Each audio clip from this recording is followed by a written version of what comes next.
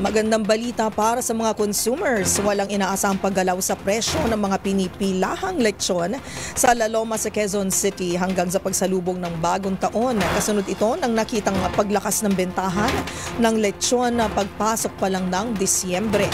Magbabalita si Val Gonzalez.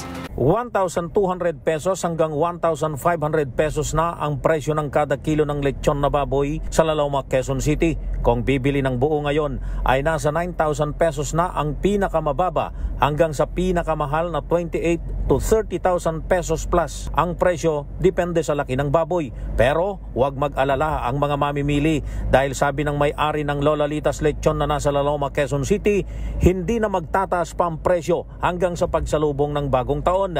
Mula pa pagpasok ng buwan ng Disyembre ay malakas na ang bentahan ng lechon sa itinuturing na lechon capital of the Philippines na nasa Quezon City. Sabi ni Mang Eddie Francisco, ang tindero ng Lola Lita's Lechon, nasa minimum na 30 piraso ang nabebenta nilang lechon baboy araw-araw.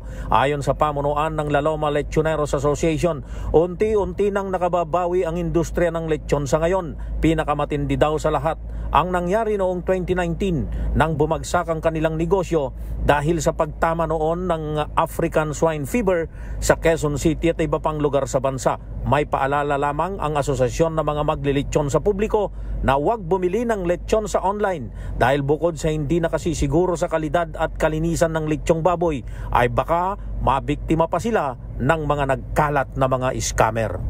Para sa MBC TV Network News, ako si Val Gonzalez, una sa Pilipinas, una sa Pilipino.